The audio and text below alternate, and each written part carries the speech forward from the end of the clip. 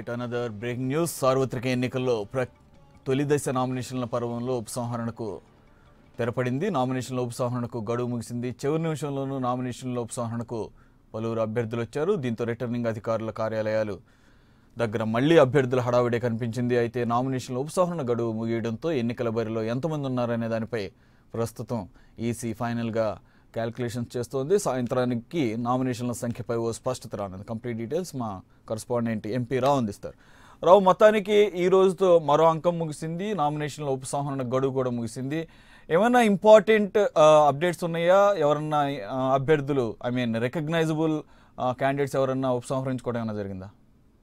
అంటే కొన్ని చోట్ల టీడీపీ వైసీపీ నుంచి ఒకరిద్దరు రెబల్ అభ్యర్థులుగా నామినేషన్లు వేశారు. వారు ఒకటి కళ్యాణదుర్గం, అనంతపురం జిల్లా కళ్యాణదుర్గం సిట్టింగ్ ఎమ్మెల్యే హనుమంతరాయ్ చౌదరి ఒకటి రెబల్ అభ్యర్థిగా టీడీపీ తరపున నామినేషన్ వేశారు. అయితే ఆ నామినేషన్ టీడీపీ అధిష్టానం నుంచి స్పష్టమైనటువంటి హామీ రావడంతో నామినేషన్ ఉపసంహరించుకున్నట్టుగా తెలుస్తుంది. అలాగే వైసీపీ తరపున వేసినటువంటి ఒక ఇద్దరు అభ్యర్థులు కూడా నామినేషన్ విత్డ్రా చేసుకున్నట్లుగా ప్రస్తుతానికైతే సమాచారం అందుతుంది. మధ్యాహ్నం 3 గంటల వరకు కూడా సమయం ఇచ్చారు. 3 గంటలకు సరిగ్గా గడువు ముగిసింది. గడువు ముగిసే సమయానికి కూడా కొన్ని చోట్ల రిటర్నింగ్ అధికారుల వద్ద అభ్యర్థులు అంటే పార్టీల తరఫున వేసిన వారు కానీ ఇండిపెండెంట్ గా వేసినటువంటి వారు కానీ నామినేషన్లు ఉపసంహరించుకునేందుకు వచ్చినట్లుగా కూడా ఈసీ అధికారులకు సమాచారం ఉంది. అయితే మొత్తం ఎంతమంది ఉపసంహరించుకున్నారు, ఏ నియోజకవర్గంలో ఎంతమంది బరిలో ఉన్నారు అనే దాని మీద జిల్లాల వారీగా కూడా ఎలక్షన్ కమిషన్ అధికారులు సమాచారం తీసుకుంటున్నారు. మరొక 2 గంటల్లో మొత్తం ఎంతమంది నామినేషన్లు ఉపసంహరించుకున్నారు అనే దాని మీద స్పష్టత వచ్చే అవకాశం ఉంది. అసెంబ్లీకి అయితే 3,925 నామినేషన్లు దాఖలైనవి. అలాగే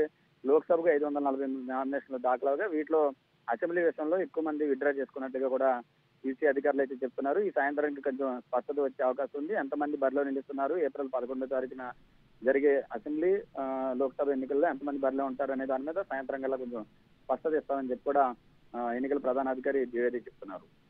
రైట్, ఓకే, థ్యాంక్ యూ రావు.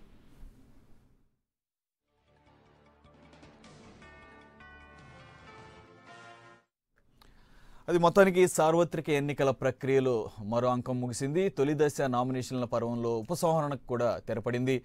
నామినేషన్ల ఉపసంహరణకు గడువు కాసేపటి క్రితమే ముగిసింది. చివరి నిమిషంలో కూడా నామినేషన్ల ఉపసంహరణకు పలువురు అభ్యర్థులు రిటర్నింగ్ అధికారుల కార్యాలయాల చుట్టూ తిరగడం కనపడింది. అయితే నామినేషన్ల ఉపసంహరణ గడువు ముగియడంతో ఎన్నికల బరిలో చివరకు ఎంతమంది మిగిలారనే దానిపై ఈసీ ఫైనల్గా లెక్కలు వేస్తోంది. సాయంత్రానికి ఈ నామినేషన్ల సంఖ్యపై ఒక క్లారిటీ రానుంది.